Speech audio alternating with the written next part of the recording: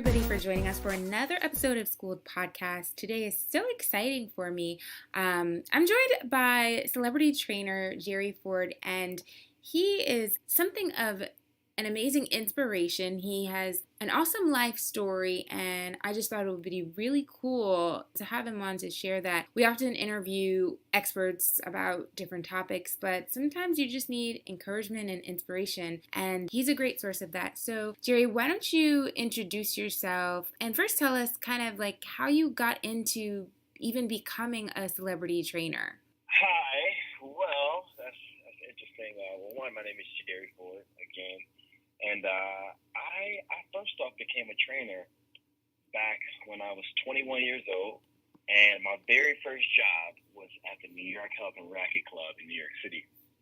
And I just started off as a trainer, and I had everyday clients. And then actually my first celebrity client is actually the woman who wrote the foreword to my book, and that was Adrienne Seymour, who plays Black Cindy on Orange is the New Black. And she was my very first big celebrity client, and we killed it. Like, I helped change her body. Like, she was losing so much weight that Orange is the New Black had to write it in to season 2 that she was working out. Wow. Wow. Yeah, because people, at first they were like, okay, you need to stop losing weight. You are supposed to be thick, And she was my first celebrity client, and then after that, people just kind of saw what I did for her, and then after that, it was pretty much a domino effect. How'd you even meet her? I met her because I was actually shooting with her on Orange is the New Black. So I was playing like a very small guest star. Gotcha. And my scene was with her. And I think I was 21 years old, and my scene was with her. And then we had started talking about martial arts, because I do martial arts, and then she had done martial arts. And then she asked me what else I did. I said I was a trainer. And then she said, I need to come see you. She came to see me. I changed her life, changed her body. And then we became, like brother and sister after that. That's so cool. So we have a little bit in common. I did a little bit of snooping because that's what I do. But I realized that you went to Rutgers University. Yeah. Yeah, so did I. No way. Yes way. I am not going to tell you. I'm not going to tell you what year I graduated because I'm not going to age myself or date myself. And quite frankly, that's none of your business. But man.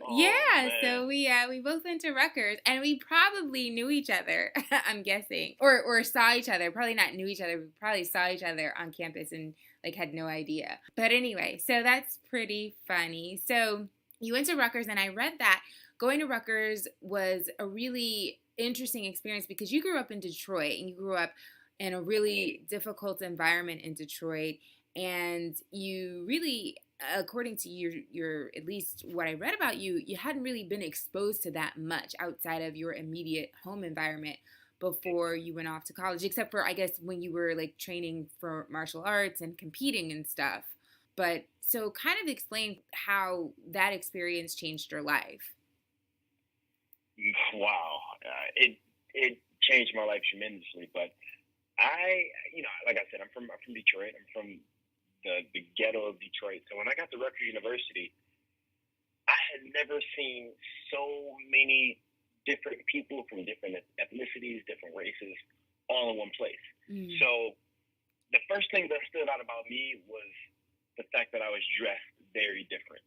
Right? Like my pants were crazy baggy, my shirt was crazy baggy, and I was trying to figure out why I couldn't get a girlfriend, and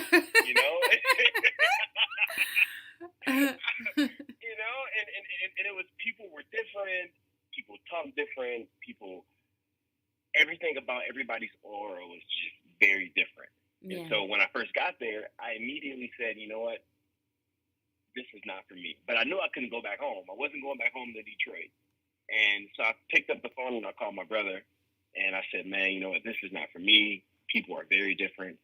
And he said, okay, well, you know, just come back home and sleep on mama's couch. And I said, you know what? I'm going to adapt. I'm going to adapt to this. So it was a lot to adapt to, and it was a lot of change, but it saved my life.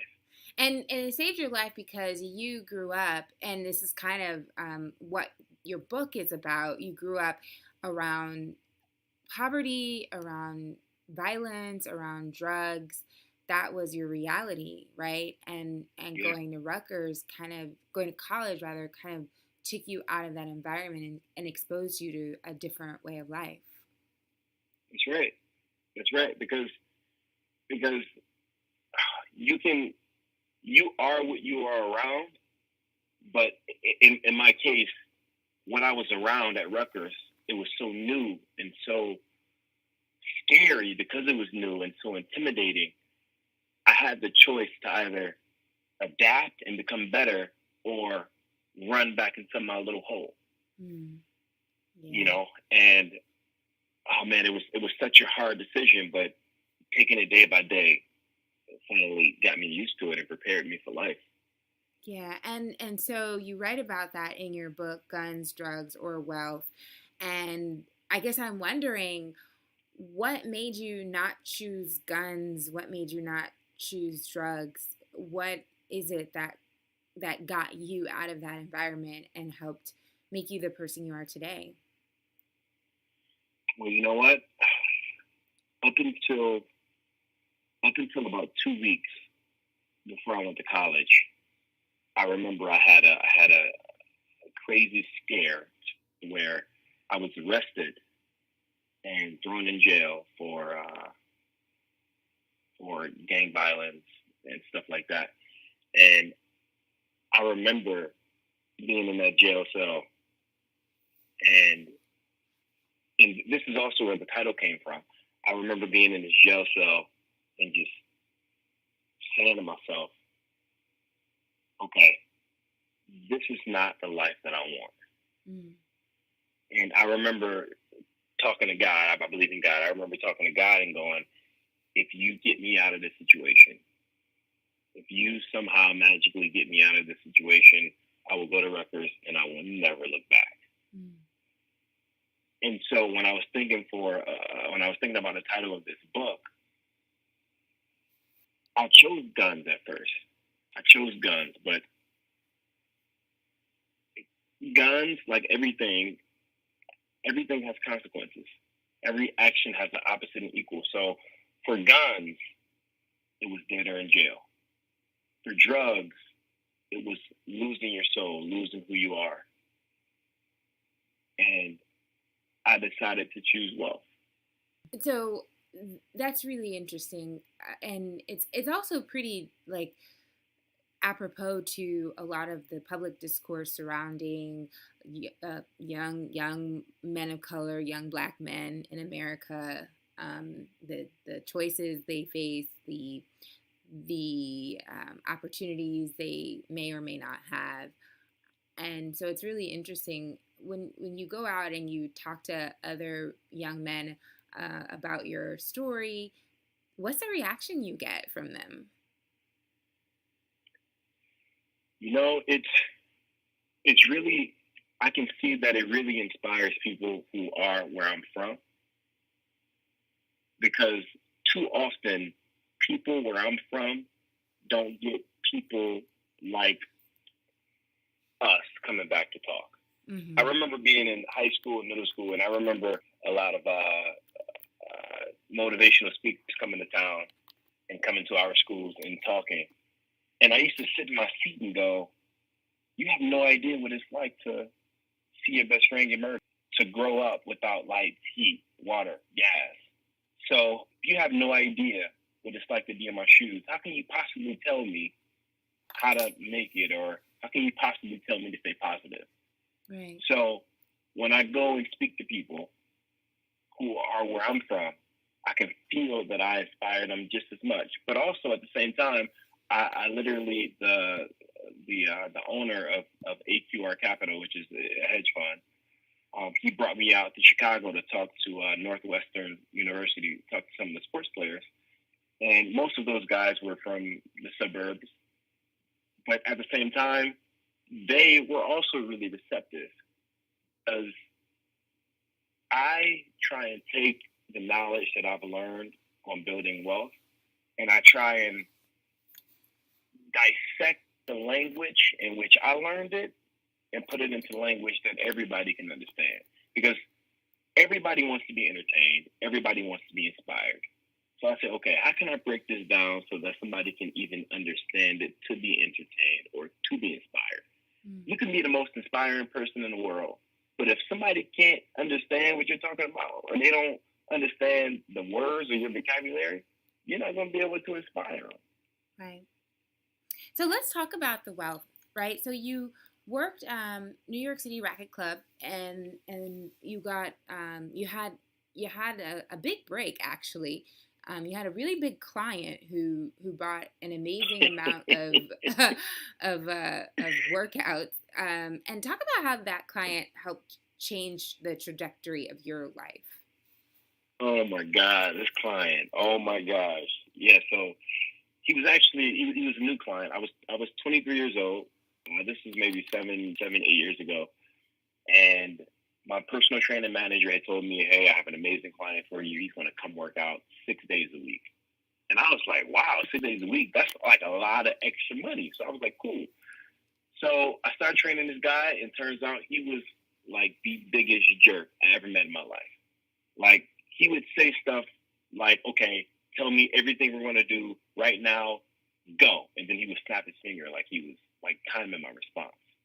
And I would drive to work, like playing scenarios in my head of what I was going to do to this man if he said something disrespectful to me.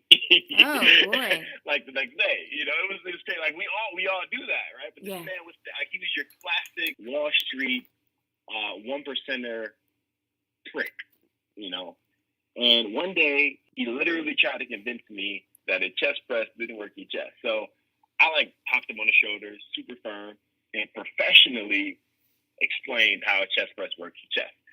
And after that, it was like this man was done testing me. And after 6 months of like going through hell, right?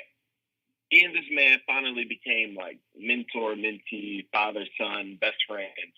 And we were amazing. So he helped me build a stock portfolio. He helped me stop buying all type of bull crap. And then I moved away from New York. Are you able to say his name, or is it a secret? I can tell you his first name. Okay. His first name is Bill. Okay. All right. I'll take it. Yeah. Okay, so Bill helped you understand the fundamentals of wealth building, and then you moved away. So he helped me conquer the basics. But then I moved away to LA and I started working at Equinox, and I got more celebrity clients. I got clients who are royal family members of different countries, like all type of stuff. And like then who? I got like fired. Who were your celebrity clients? Gosh, I trained, as far as directors, Mark Webb, who directed all the Spider-Mans. I trained Big Sean. I trained rappers, actors, just kind of people from all places. Alicia Bowe from 13 Reasons Why. Wow. So I kind of got a wide variety of clients across the board. Right. And so I then got fired from Equinox. Wow. And after I got fired from Equinox, it shook me out of my comfort zone, because I had money from the assets that Bill helped me build, but I was still used to going to a corporate gym and being the superstar trainer there. So I left Equinox. I took all my clients with me, like all my celebrity clients. Everybody came with me as a private trainer. And then I decided that I'm tired of this. I'm tired of spending all of this money on cars. I'm tired of buying these watches. I'm tired of working 1 million hours a month. So I called Bill and I said, how did you make as much as you made? And he's a he's a guy who thinks he's funnier than he is. I'll tell you that. So so he goes, when are you going to be in New York next? I said, I'm on my way right now. I hopped on a plane to New York, caught a red eye, and I landed the next morning. I went straight to Bill's house, and I said, man, how did you do it? How did you make this much money? And he said, what's the difference between an asset and a liability? And I'm thinking, here we go again. And I explained, I'm like, an asset is what puts money in your pocket, and a liability is an obligation, and it takes money away. And he's like, okay. He's like, write down all of your assets, write down all of your liabilities right now. So I wrote them down, and it's crazy because I didn't realize that I had 10 plus liabilities. Wow. And 2 assets. I'm talking about car notes, motorcycle notes, rent, partying, buying fancy watches, like all of these liabilities and these habits and these bills that I had that were liabilities were nuts. And he's like, and what do the rich do? And I'm like, rich acquire assets that pay for liabilities. And he's like, so what are you doing? So he's like, go back to LA, you fix this, and then come back. I went back to LA. Yeah, I sold all my cars. Wow. I sold everything, paid off all my car debt. I Uber pooled for a year, paying like $300 a month, which is cheaper than any car, plus gas, plus occasional parking tickets, plus insurance. Wow. Right? Went on a crazy budget. And then I called him and I said, okay, now what? And he's like, now you need to read a book a week. And I was like, dude, I ain't never read a book. Embarrassing. I ain't never read a book cover to cover in my life. Wow, he's like, really? That's why you got to do. That's why you got to do audiobooks. He's like, do audiobooks. It's true. You take notes, and every Sunday, you're gonna talk about it. It's true. So I was like, okay, whatever. I started doing it. Took notes every Sunday. We talked about it, and we started at real estate. And in year 1, I bought 4 properties and rented them out, and that was the start of my building wealth. Wow. With Bill. That's amazing. So now you've got and you talk about this. You talk about the 3-prong approach to wealth building, having multiple streams of income, right? Yeah. How can you kind of explain that without giving away your entire book? Of course. So 1, the book is about how to build wealth through stocks, real estate, and smart spending, but I talk about how I did it as a personal trainer. And most importantly, it's in layman's terms, and I like to think it's entertaining. So the first one I mentioned was real estate, because you want to diversify your portfolio, right? When the real estate market crashed, the stocks were up. When the stocks crashed, the kind of real estate in most places was up.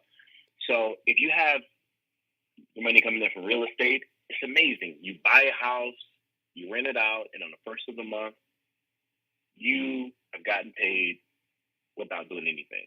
Right. That passive income is amazing. In real estate, there's 4 different ways you can profit. It's the appreciation of the home, right? It's the passive income, the cash month to month from rent. It's tax write-offs on all of the stuff that you can write from owning a home, and it's what am I missing? Loan pay down. So you pay the loan down. As long as the property don't depreciate, it's kind of like you putting money into a savings account, because when you sell a house, right, you're going to get all that money back. Right, exactly. So real estate was one. And a lot of people think real estate is hard. But honestly, it's not. Like, none of this stuff is like algebra. All of this stuff is just knowing. It's just having the knowledge. And it's so easy to get the knowledge, which is why I wrote this book.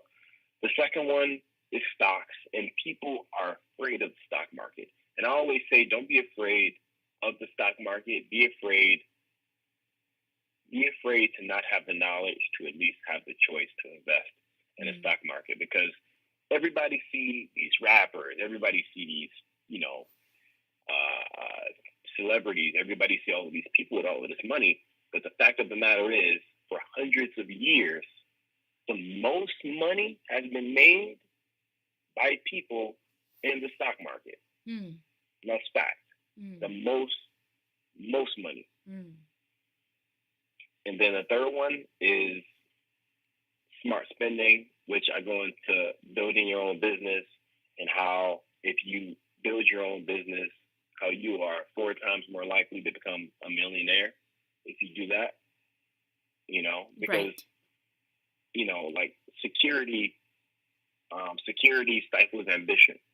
People who work and got a 9 to 5, that's security. So And you talked it about doesn't that. really You talked about how yeah, leaving your job or getting fired from Equinox, although it seemed like a terrible thing at the time, it did remove that false sense of security that you said a lot of stable jobs. exactly, Yeah.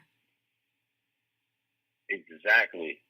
And it's so crazy because even if you look at history, even if you look at the original Fortune 500 companies, right? Like you get a job at a Fortune 500 company, you are supposed to have some of the best security, But even the original Fortune 500 list, only 14% of those are still up and running, which means that the remainder percentage, those people didn't get to work out their entire 40-year and they retire and then get whatever they're promised. Right.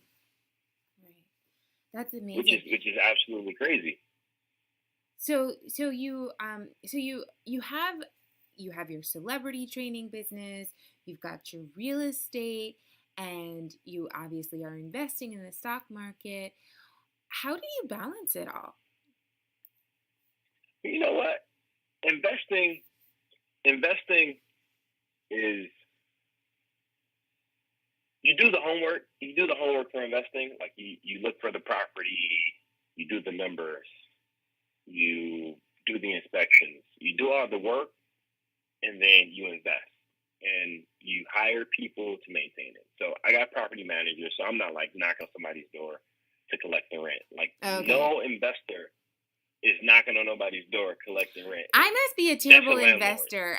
I must be a terrible investor. I bought my first home at I was like 21 or 22 when I bought my first home, and I still haven't. That's and I amazing. First of all, that's amazing. Yes, but I only have one. 21? Yes, I only have one though. I'm not like you.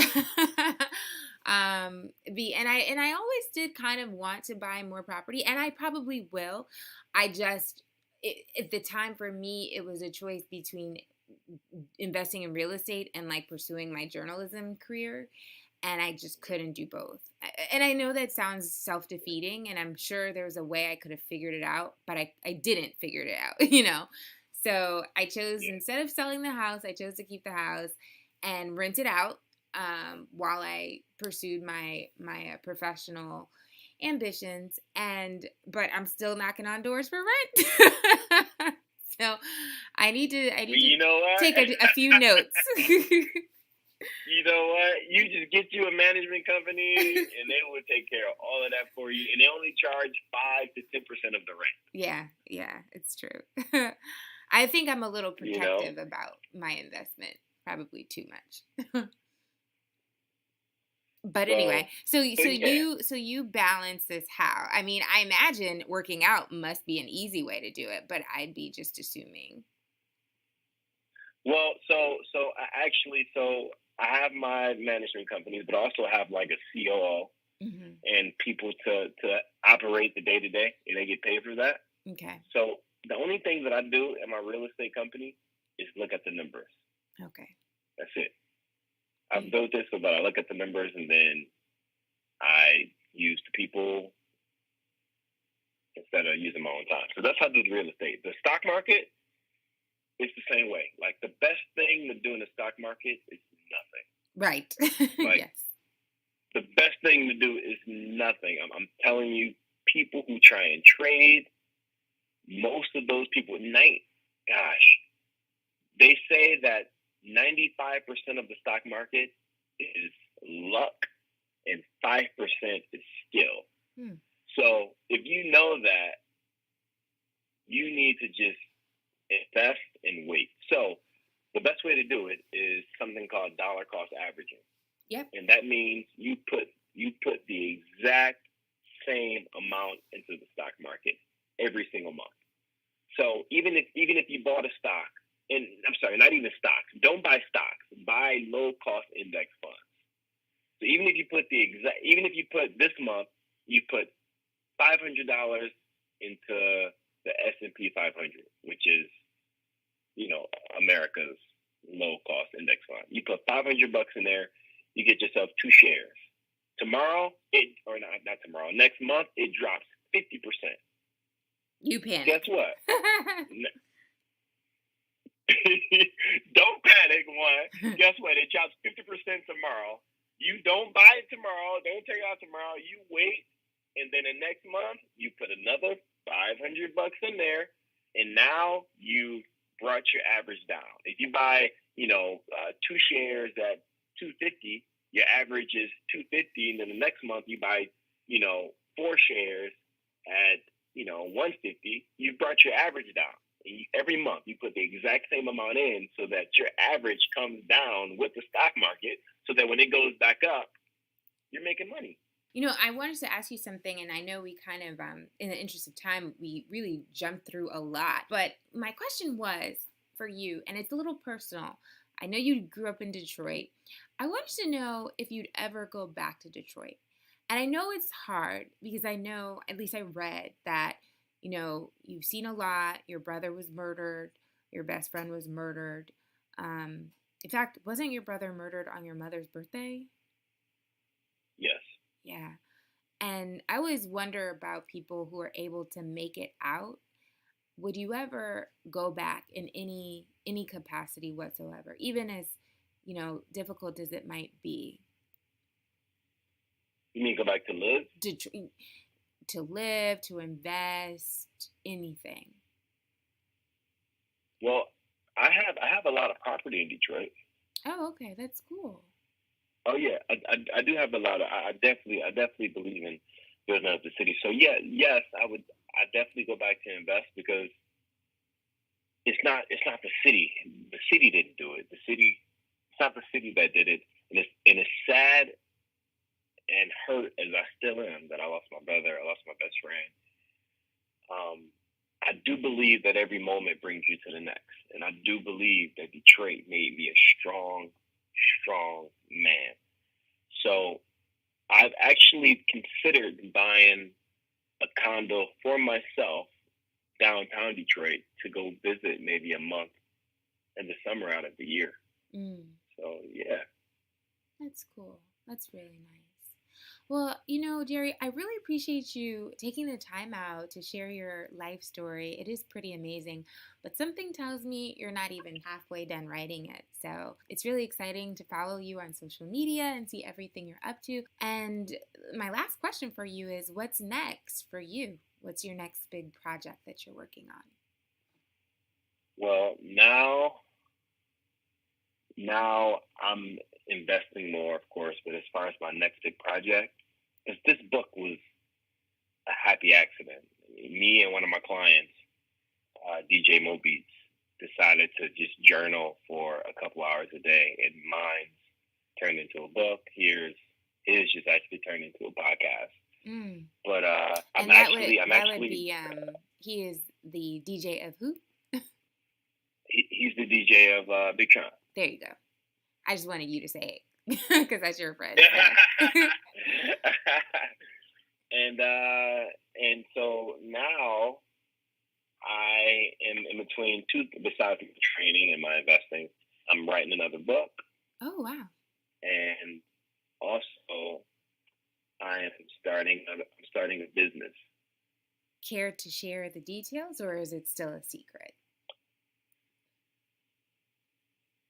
It's a protein bar.